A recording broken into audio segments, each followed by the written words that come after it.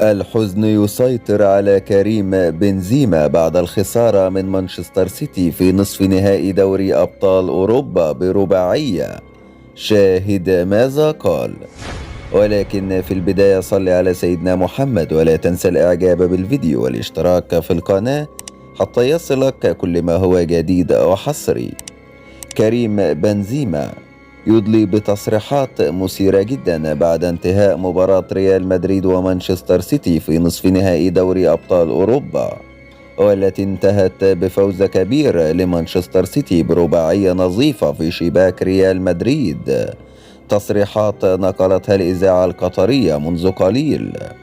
قال بنزيما: حزين جدا بسبب خروج الريال اليوم أمام مانشستر سيتي وضياع التأهل إلى النهائي.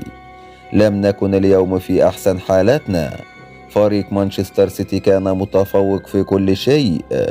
السيطرة كانت لصالح مانشستر سيتي من أول دقيقة في المباراة.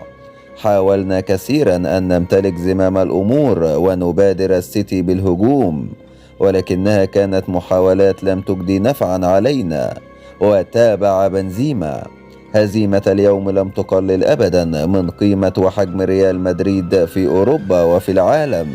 شئنا أم أبينا، ريال مدريد هو الفريق الأكثر تحقيقا للبطولات، وهذه هي كرة القدم، يوم لك ويوم عليك.